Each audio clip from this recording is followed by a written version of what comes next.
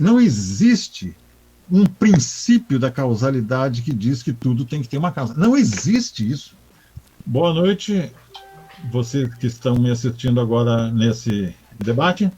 Meu nome é Ernesto von Rickert, eu sou professor aposentado da Universidade Federal de Viçosa, onde eu lecionei o curso de bacharelado em Física.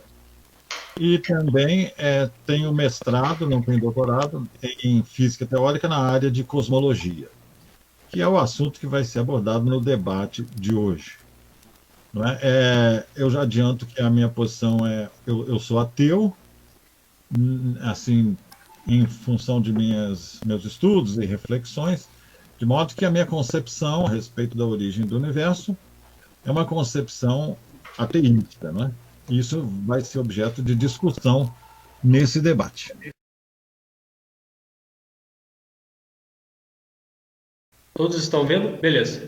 É o seguinte, esse argumento Leibniz, ele formulou, como está escrito ali na imagem, né, em 1714, fundado nesse princípio da razão suficiente. Supostamente ele fez essa primeira pergunta, mas nós temos boas razões para acreditar que várias pessoas que precederam, né, o Leibniz em sua época já fizeram essa pergunta antes. Por que existe algo ao invés de nada? Por que algo há? E o argumento dele é o seguinte, todo fato contingente possui uma explicação. Agora, o que seria um fato contingente? Fato contingente é aquele que nós conseguimos imaginar que poderia não ocorrer. Por exemplo, se você olha pela janela e vê que está chovendo, você pode imaginar que poderia não estar chovendo. Não há necessidade que chova. Agora, eu vou colocar um parênteses aqui. Não há necessidade que chova, considerando que o comportamento da natureza ele poderia ser diferente. Agora, se nós considerarmos que realmente houve o movimento do vento, houve todas aquelas condições associadas à precipitação, é claro que nós esperamos que aconteça, mas poderia não acontecer. Existem vários exemplos do cotidiano que mostram a maioria dos fatos que nós temos acesso são contingentes. Como, por exemplo, você decidir, né, um exemplo bem comum, você decidir esquentar a água, ferver para fazer alguma coisa. Você poderia não fazer isso e não há necessidade nenhuma de você fazer. Disso segue, ele continua arguindo, falando o seguinte, há um fato contingente que inclui todos os outros fatos contingentes. Aí ele conclui, né? Portanto, há uma explicação para esse fato. Aí tem ali poderia ter que seriam corolários, ou além do que ele já concluiu, né? Essa explicação deve envolver um ser necessário.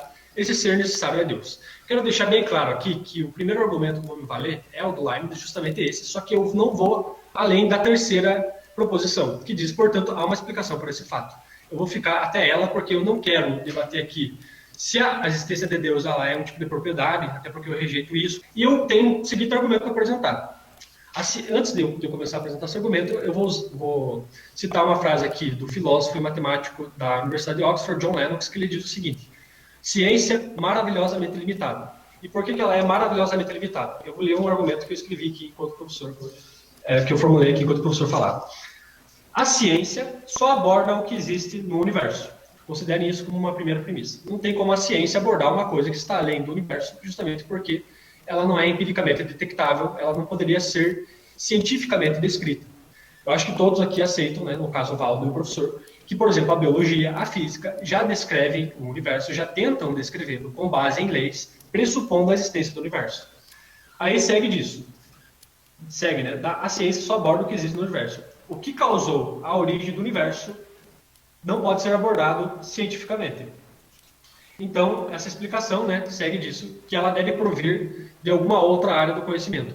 Então, o que eu quero que fique claro aqui? Inclusive, agora eu vou citar uma frase do filósofo Ludwig Wittgenstein, que ele diz o seguinte, as leis da natureza, elas não explicam o mundo para nós, elas apenas descrevem regularidades estruturais. Inclusive, eu acho que o professor vai discordar disso, né, mas depois ele vai arguir. É o seguinte, a ciência, ela não consegue fornecer uma explicação de como as coisas se dão. A ciência está descrevendo. É como você pegar uma foto e você falar quem está nela, qual é a posição de um em relação ao outro, como aquele ambiente que está no fundo daquela foto é descrito em termos de reflexão, absorção de luz, etc. Agora, por que existe aquela foto? Por que aquelas pessoas estão ali? A ciência não pode responder. Se uma pessoa está ali e não em outro lugar, por que aquelas pessoas estão reunidas, estão com aquele sorriso naquela foto? Isso tem que ser explicado por algo que não pode ser dito cientificamente. Então, é mais ou menos nesse sentido que eu vou caminhar para apresentar as minhas propostas aqui. Partindo da conclusão que eu acabei de mostrar a vocês, de que a explicação para o surgimento do universo não pode ser dada pela ciência, porque foge do escopo dela, eu quero deixar claro, então, que aqui as minhas argumentações vão estar fundamentadas em filosofia, sobretudo em metafísica. E agora, voltando ao argumento de Leibniz, eu vou argumentar o que eu chamo de uma releitura do argumento dele, né? Que é o seguinte: a existência do universo, seja eterna, seja realmente tenha tido um começo no Big Bang, seja qual modo for, ela é contingente. O que eu quero dizer com isso? Eu quero dizer que poderia não ter ocorrido. E mais, o universo poderia ter surgido não com essas leis, com esse comportamento, com essas leis que descrevem esse comportamento, ou seja, com gravitação, com força eletromagnética. Poderia não ter existido nada, ou poderia ter existido só gravitação. Existe, de fato, né, uma infinidade de possibilidades. Mas a questão é, independentemente de qual possibilidade nós estamos considerando, todas elas são contingentes. O universo não precisa ser eterno, não precisa ter tido um começo, nem sequer precisava existir. Poderia muito bem não existir nada. Então, Leibniz se perguntou, por que existe algo em vez de nada? E eu também me perguntei. E disso, né, a gente consegue concluir o seguinte: já que a existência do universo é um fato contingente, e todo fato contingente exige uma explicação, uma razão que não pode ser dada cientificamente e que não pode ser dada por nada dentro do universo, o que eu quero dizer com isso? Eu não posso analisar o movimento das estrelas, o movimento das galáxias, a expansão do universo para explicar por que existe essa expansão. É como tentar explicar o movimento de uma bola sem considerar o chute que foi dado nela, né? Se considerar o movimento da bola em si mesmo. Como que a bola se move sozinha? Sem nada prévio, sem um agente que a cause. Ainda mais que seja um movimento ordenado, não seja um processo cego, como o Richard Dawkins poderia falar. Não há como. Eu entendo que não há. Então, agora, expressando a conclusão do argumento, segue que há uma explicação para a existência do universo. Então, retomando, né?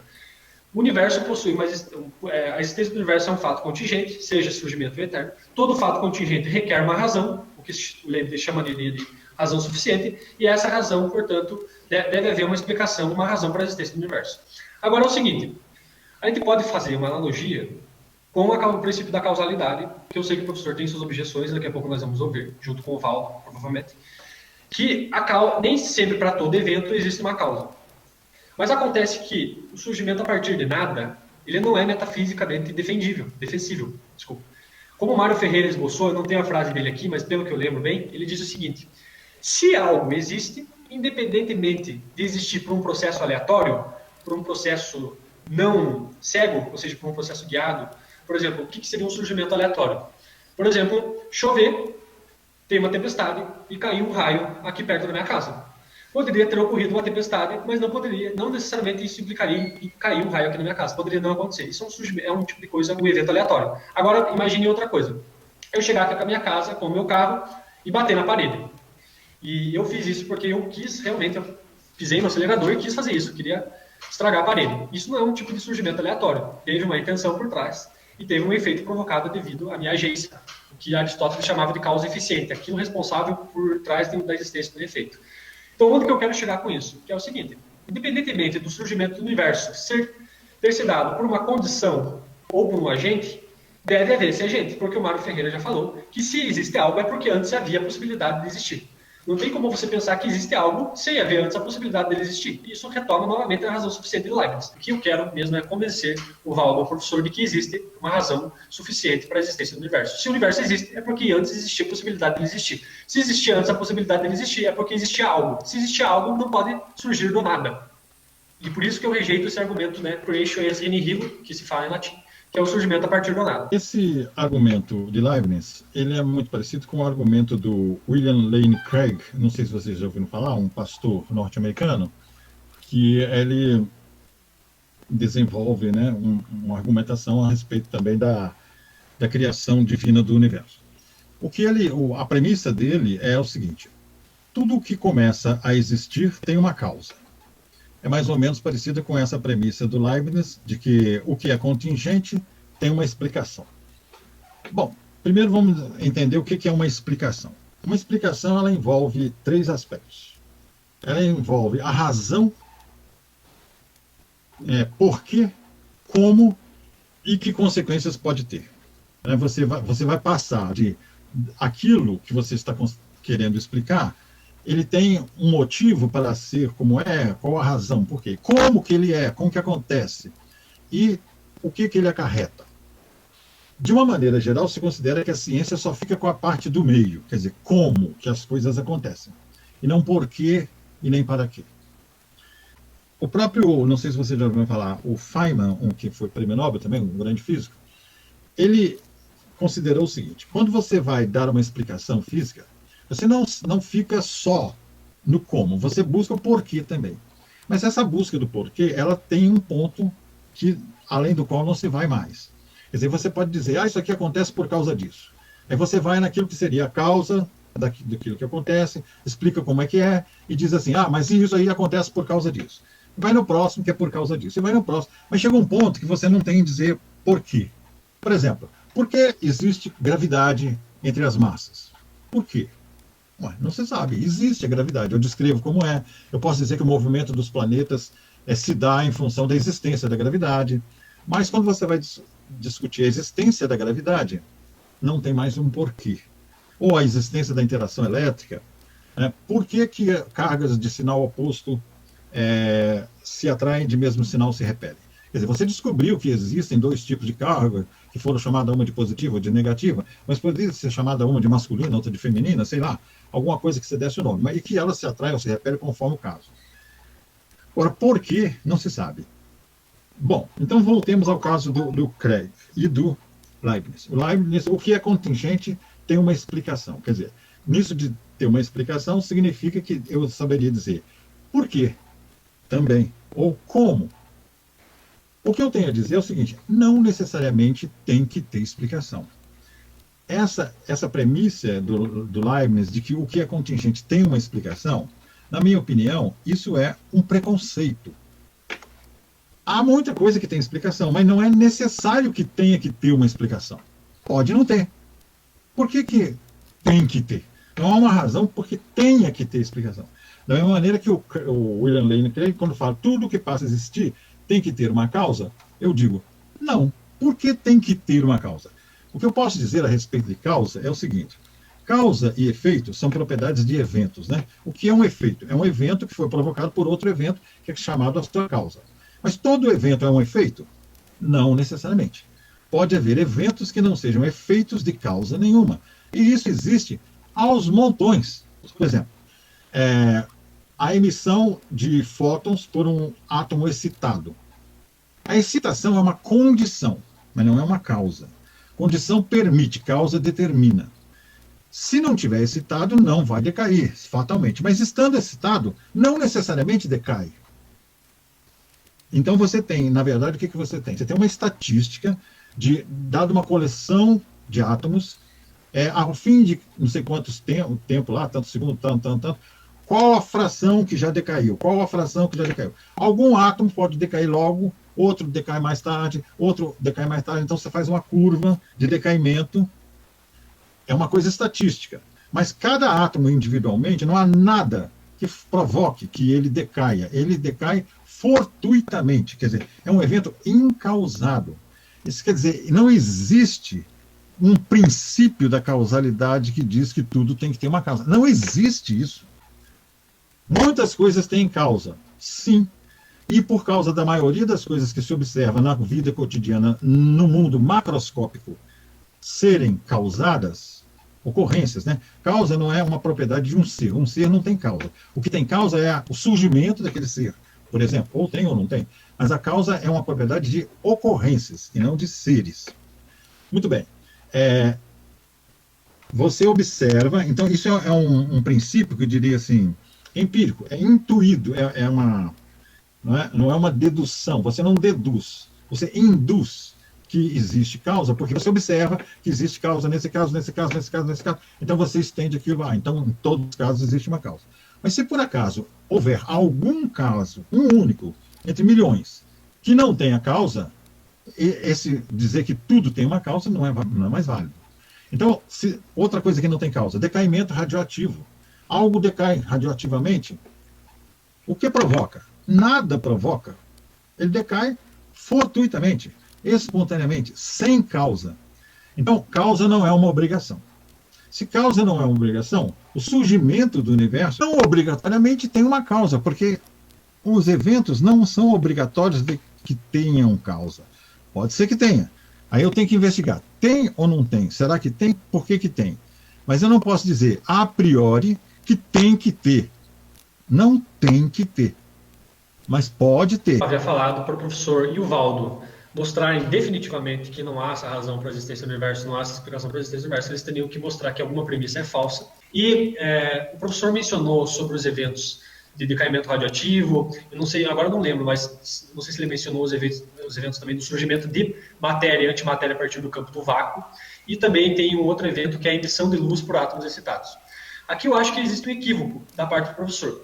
Claramente, eu penso que existe um efeito, mesmo nesses casos. Ou seja, você não pode bater com o martelo e dizer que no caso, vamos se situar, vamos focar em um caso desses que eu mencionei, que é o caso, por exemplo, do decaimento radioativo. Você não pode dizer que quando um átomo decai, não existe uma causa para a existência dele, justamente porque o que você está fazendo é redefinindo o vocábulo causa para deixar só o tipo de causa que seja determinística. Mas os filósofos constantemente debatem sobre a questão de existir outros tipos de causa que não só não sejam deterministas, mas se ocorram ao mesmo tempo em relação ao efeito ou não.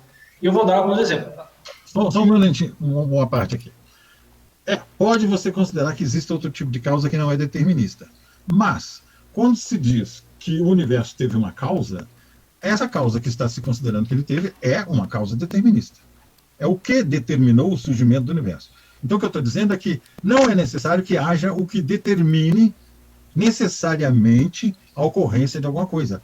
Algo pode acontecer sem que nada o determine. Certo, entendido, professor. Só que mesmo você defendendo que não existe nada que determine, ainda não quer dizer que de nada o universo pode surgir. Porque vejam bem, se no caso de você defender que existe um decaimento, é porque antes você pressupõe que existia a possibilidade do átomo decair. Assim como, por exemplo, quando cai um raio aqui perto da minha casa, retornando ao exemplo que eu dei no início do meu discurso, quando cai um raio aqui na minha casa, é porque antes existia a possibilidade de ele cair. Como que vai cair um raio na minha casa? Como que o átomo vai decair se não existia antes a possibilidade? Essa possibilidade, ela tem que estar fora do universo. E eu vou retornar ao argumento que eu defendi. Como que a ciência pode explicar isso se a ciência só explica o que existe dentro do universo? Então, na minha visão, a ciência não... Deixa eu partilhar novamente. Você dizer que existe a possibilidade, isso é uma condição. Você diz assim, o átomo, para emitir um fóton, ele tem que estar excitado. Então, a excitação é uma condição. Se não tiver excitação, não é possível. Então, não existe a possibilidade de emissão de fóton de átomos que não estejam excitados. Porém, uma vez estando excitados, eles não necessariamente emitem. Então, a causa seria o que determina que a emissão vai acontecer. Não há o que determine que vai acontecer. Do mesmo modo, em relação ao universo, por exemplo. Mas isso, se você falar de surgir de nada, é outra consideração que eu vou fazer que não tem a ver com causa, tem a ver de que provir. Né? Ele provém de algo, é uma coisa. Agora, o fato de provir de algo e ter tido uma causa para que houvesse essa transição de uma situação para outra situação, já que é o problema de causa. Causa para o evento do surgimento. Quer dizer, você diz assim, o surgimento do universo é uma criação. Criação é um ato voluntário, é um ato que foi definido por algo que provocou. E o surgimento poderia ser um surgimento fortuito, um surgimento não provocado. Isso é uma coisa que vamos discutir ainda. Mas não tem a ver com falta de causa o fato de não provir de nada ou provir de nada. Primeiro, é ler do engano, pensar que, por exemplo, para Aristóteles, não se pode propor junto à causa e efeito o acaso. Em síntese, o acaso seria tudo aquilo que está para além da nossa capacidade de conhecer, mas que produz algum efeito na realidade concreta. E nós podemos, então, descrever este efeito. Então, isso não nega de maneira nenhuma a causalidade. Na verdade, nega a ideia de causalidade determinística, não, como sendo a explicação radical, né, como sendo o fundamento radical do que se propõe como princípio causal. Né. Eu também argumentei dizendo que é ler do engano, pensar que, porque não podemos experienciar empiricamente o nexo causal, então de fato não há nexo causal, e aí nós propomos um nexo causal num sentido nominalista, com o intuito pura e simplesmente de nos ordenarmos na realidade concreta. Não, o nexo causal ele é intrínseco à ordem de causa e efeito. Pelo nexo Olha, causal? eu discordo totalmente de você de que nexo causal seja intrínseco. Não é mesmo. Nexo causal é um negócio que você, a posteriori, conclui a partir dos experimentos que você observa. Mas você não pode dizer que tem que ser sempre assim. De jeito nenhum. De jeito nenhum. Professor, não. O senhor parece-me que está confundindo a proposição com aquilo acerca do que a proposição está indicando. Parece-me que está havendo uma confusão entre o que se pode dizer ser verum, verdadeiro, que é a proposição, mas a gente só pode dizer que a proposição é verdadeira, na maioria esmagadora dos casos, se e somente se ela expressar uma verdade factual. Quanto ao fato, é que se pode dizer se é veritas, se é verdade ou não. Ponto. Né? Então, quando nós falamos... verdade, o nexo causal... Verdade é simplesmente a adequação entre o discurso e a realidade. Se o que você fala é o que de fato acontece, chama-se verdade. Sim, não é isso? Ocorre que, sob certo aspecto, ocorre que, se eu digo nexo causal, eu não posso confundir a proposição nexo causal com a experiência concreta que eu tive. E é na experiência concreta que eu posso dizer que o nexo causal é intrínseco à ordem de causa e efeito. De outra maneira, eu não poderia, por exemplo, acusar João por ter atirado contra a cabeça de Pedro indevidamente e ter sido responsável pela morte de Pedro. De outra forma, eu não poderia acusar João, por exemplo, de ter sido a causa eficiente da morte de Pedro. Portanto, o nexo causal ele é intrínseco à ordem de causa e efeito. E eu repito, a ordem de causa e efeito, ela não nega o acaso. O acaso é somente e tão somente aquilo que está para além da minha capacidade de conhecer. Seja porque eu não disponho de tecnologia suficiente, seja porque pura e simplesmente a causa em questão ela não pode ser experienciada em um tubo de ensaio, por exemplo, ou em um acelerador de partículas, etc, etc, etc. Né? Porque a matéria desta causa não é matéria sensível, ela não pode ser descrita a partir de força nuclear grave, força nuclear fraca, eletromagnetismo, gravitação. Né? Não pode se dizer que ela seja material, né? Mas não quer dizer que não haja uma causa. De modo que o que foi feito foi uma ressignificação do que se diz ser causa. Né? E aí eu volto a argumentar. Falou-se ainda que falar que algo é possível não é dizer que há uma causa. Bom, se nós dizemos que algo é possível, devemos perguntar onde é que está esta possibilidade, porque essa possibilidade ela é radicalmente experienciada, ela é experienciada na realidade concreta. Né? A história da humanidade toda se dá a partir da percepção das possibilidades e do seu desenvolvimento. Né? E aí a gente pode estender isso radicalmente dizendo, se nós dizemos que o universo surgiu do nada, sem, contudo, explicar o que queremos dizer com nada, devemos entender que antes do surgimento do universo era possível que esse universo existisse. Mas onde é que estava essa possibilidade, ora? Então, primeira coisa, você não tem proibição física de surgir algo a partir de coisa alguma. Agora, a questão de ter uma causa para esse surgimento aí deixa de ser física, passa a ser metafísica. Então, a questão é o seguinte, por que você exigiria que tivesse uma causa? A minha resposta para isso é a mesma que eu dou para a existência de Deus. Assim, por que você acha que Deus não existe? Eu acho que Deus não existe porque não há nada que diga que ele tenha que existir. Portanto, por que eu vou supor que exista se não tem a necessidade de existir? E, da mesma maneira, por que eu vou supor que tem que ter uma causa se não tem a necessidade de ter uma causa? Essa é a questão. Eu não provo que não tem causa. Eu digo que não tem causa porque não precisa ter causa. Precisa por quê? Isso é um preconceito, achar que tem que ter causa.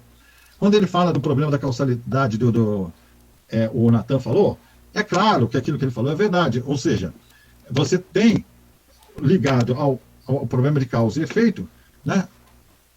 Só que tem que esse problema da causa e efeito não é um princípio básico, fundamental, que tem que acontecer. Não tem. Acontece, mas pode não acontecer. Então o surgimento do universo também pode ter sido incausado. Não há nada que proíba que seja. Se não há nada que proíba que não seja incausado, ou que tenha que ser causado. Então, se não tem que ser, por que supor que foi? Aí você inventa um Deus para poder causar o surgimento do universo. Isso é uma invenção. Não é algo que você tem que considerar que é necessário que tem que ter.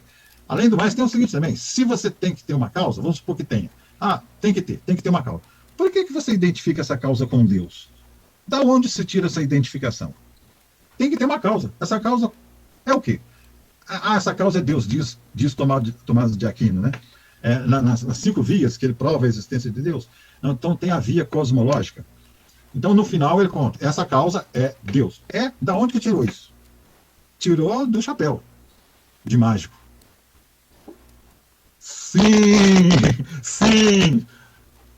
Não, professor, eu tenho de discordar de você. Não é puramente tirado do nada a ideia de que é necessário uma causa primeira, né? Pelo simples fato de que vamos nos deter pura e simplesmente a uma necessidade lógica, tá? Eu repito, mesmo que eu proponha que o universo surgiu de nada, está se falando de um movimento objetivo, que é precisamente o surgimento. Ora, foi falado sobre leis físicas não poderem existir sem a existência do universo. Então, alguma coisa tinha de preexistir. Por exemplo, a possibilidade do universo. Mas em que estava esta possibilidade do universo? Como eu disse ao longo do debate, esta possibilidade é uma virtualidade, uma possibilidade pura, é uma virtualidade própria ao ato puro. Então, quando se fala que o universo veio de nada, esse nada que se quer dizer é precisamente porque o universo não existia anteriormente. Então, não havia nada de universo. Então, disse que o ato puro traz a existência ao universo, conforme aquilo que lhe é disposto, conforme aquilo que ele está, conforme aquilo que ele pode, conforme aquilo que ele tem poder para fazer, né? Em outras palavras, Deus cria conforme a sua própria vontade. E poderia ter feito diferente, mas não fez. Portanto, disse também que há uma objetividade na estrutura geral da realidade. Essa objetividade, por seu turno, é a ordem intrínseca. É aquilo que os gregos chamaram, por exemplo, de logos, né? É a razão da estrutura geral da realidade, né? E como eu argumentei, eu repito, quando nós, por exemplo, enxergamos um quadro, nós não dizemos que este quadro simplesmente apareceu, puf, como um passe de mágica. Não, nós dizemos que este quadro possui um pintor, ainda que nós jamais saibamos quem é esse pintor. O autor é desconhecido, mas a gente sabe que o pintor pintou aquele quadro, né? De igual modo, mesmo que se diga, é impossível que se chegue a Deus, sabemos pela estrutura geral da realidade que tem que ter havido uma causa primeira, né? E isso se dá pela experiência concreta.